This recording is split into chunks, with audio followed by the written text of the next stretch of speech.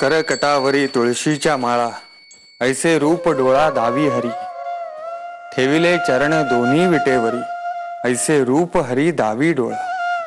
माधवा, बोला बाळंबोजी. नाही, आज अगदी प्रसन्न दिसतोयस.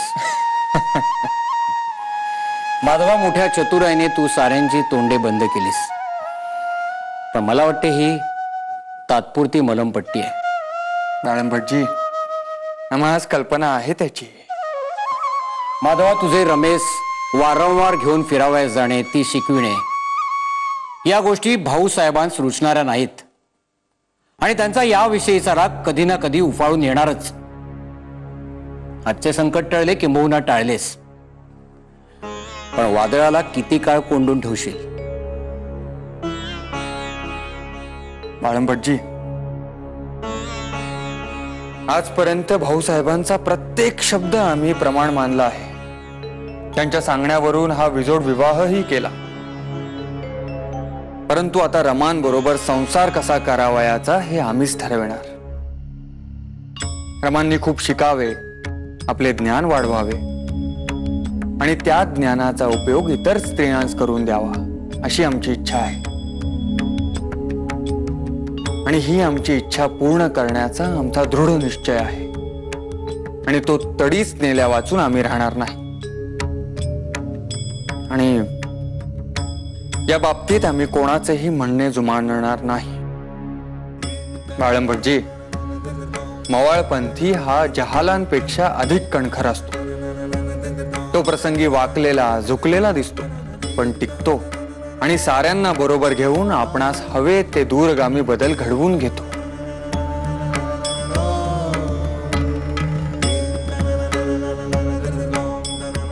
या समाजास जहाल आणि मवाळ दोघांचीही आवश्यकता असते. बाळंबोजी, स्वातंत्र्याचे आणि सुधारणेचे झाड लावावयाचे असेल तर खड्डा करण्यासाठी जहालांची कुदळही हवी आणि सकस मातीचा भराव टाकण्यासाठी मवाळांचे फावडेही हवे. मार्ग कोणताही असो, परंतु आम्ही सारे मिळून हे झाड लावणारच, कारण त्यास विरोध करणारेही शेवटी त्याचीच फळे चाखून वैभवास जाणार आहेत. आणि या कार्यासाठी आम्हास एका सुशिक्षित पत्नीची आवश्यकता आहे आणि आम्ही रमांस तशीच बनवणार. बाळंबोजी,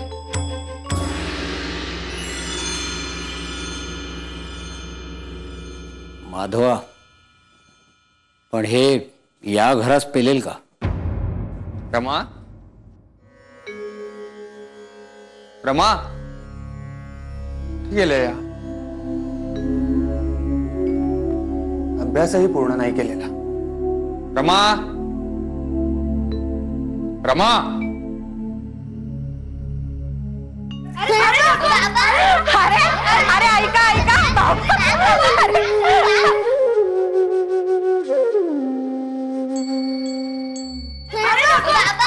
अरे अरे ऐका ऐका.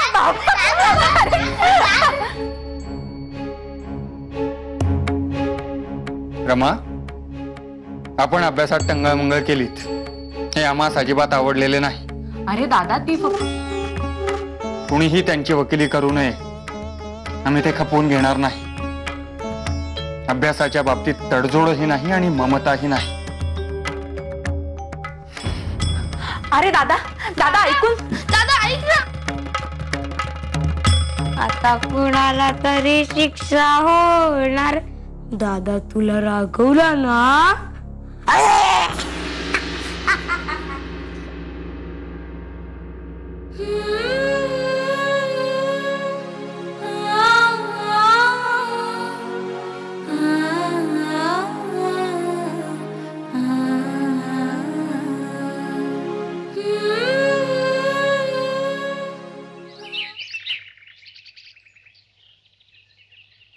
अहो अहो अहो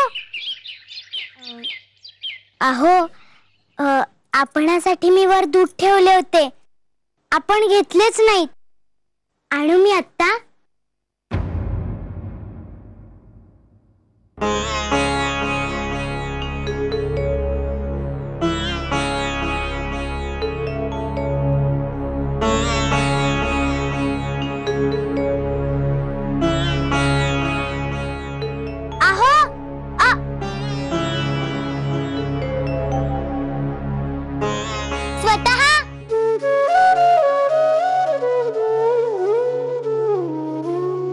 स्वतः आपले दप्तर वरच विसरले आहात.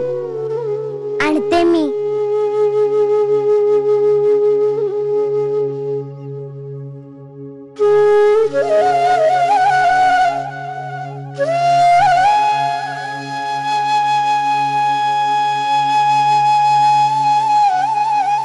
जरा ऐका. स्वतः आपण आपले दप्तर वरच विसरले होता. मी आणले आहे. नारू, आमचे दप्तर बग्गीत नेऊन ठेव.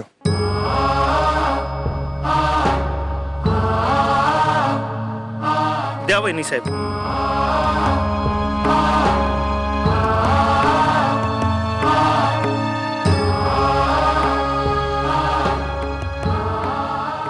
अरे रावजी, अरे कसले काम करतोयस? अरे ही कामं करायला घरात खूप माणसं आहेत की.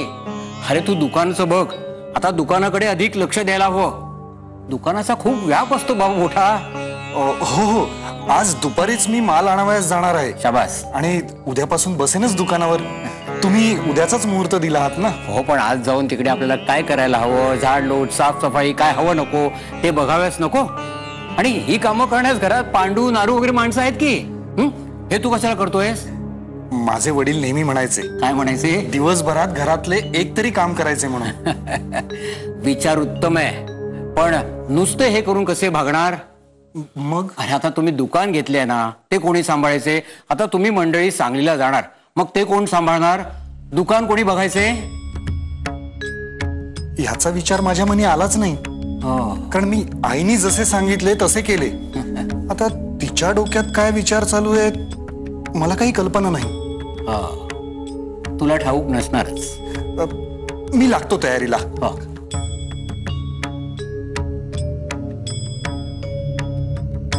पण आम्हाला ठाऊक आहे ना, तुम्हाला इथेच मुक्काम करायचा आहे कायमचा.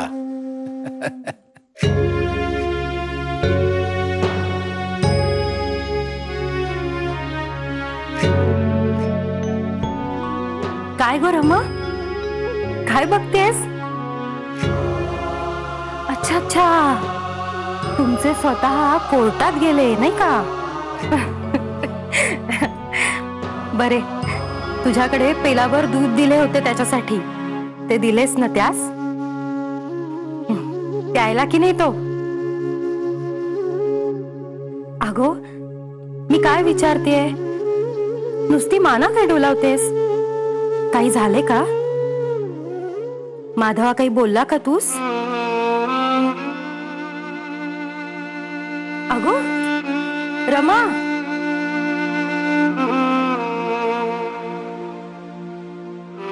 काय झाले कुणास ठाऊक?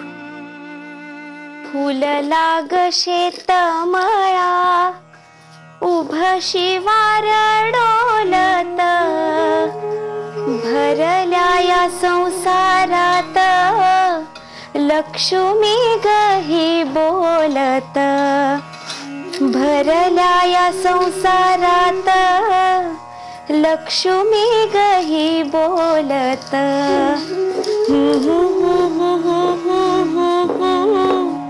ला ला ला ला ला ला ला ला. दुर्गे, तुझे तांदूळ निवडून झाले की कोबी चिरून दे गो मला. चण्याची डाळ मी कालच भिजत घातलीये. हिरव्या मिरचींची झणझणीत फोडणी करूयात आणि कोबीची भाजी करूयात. काय माईला तशी भाजी आवडते ना. पण मला नाही हो आवडत. काय मिली ती पानं खायची बकरी सारखी.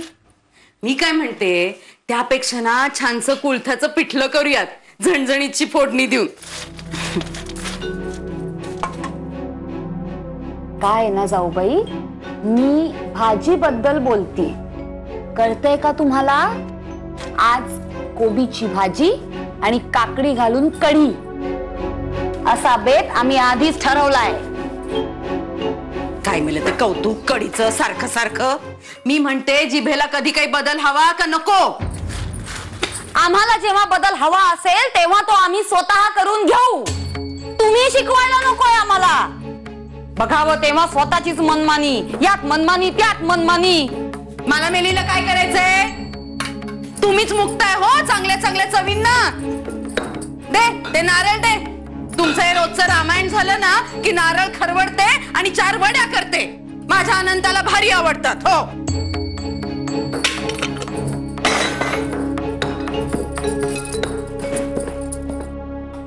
देतेस ना ताई?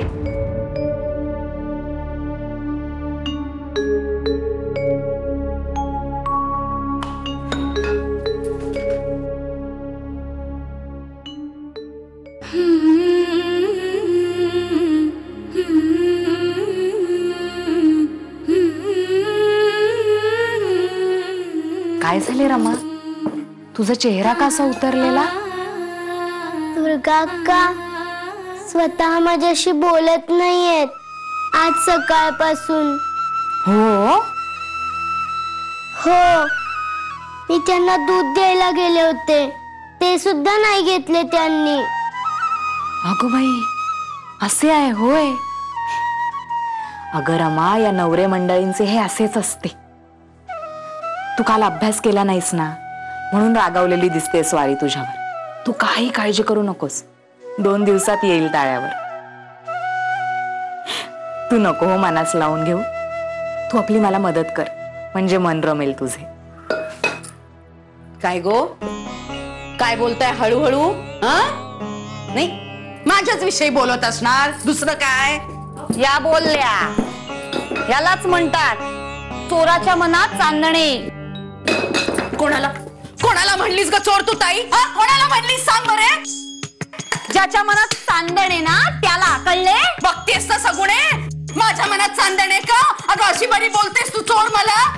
अगो जे आहे ना तेच बोलतेय मी तुला. किती दिवस इथे ठाण मांडून बसणार आहे देव जाणो. जाणार तुमच्या घरी. जाईन, माझ्या मनात येईल तेव्हा जाईन. तुझ्या का पोटात दुखते सांग बरे? हे घर माझे, हा मान माझा आहे. तुम्ही कशाला इथे येऊन बोलताय? ते नाहीये, भाऊसाहेबांचे घर आहे. ते सांगतील तेव्हा जाईन इथून मी. कळलंय तुला? हे कधी सांगणार नाही येतो तुम्हाला. काय करायचं ते करा आता एकदा ते. मला पटापट ते घे, हे घे. तुमची ही नथ कुठली हो जाऊबाई? कुठली कुठली म्हणजे काय? कुठली म्हणजे काय? जाऊबाई, ही नथ माधवाच्या पहिल्या बायकोची नथ आहे. अगं बाई,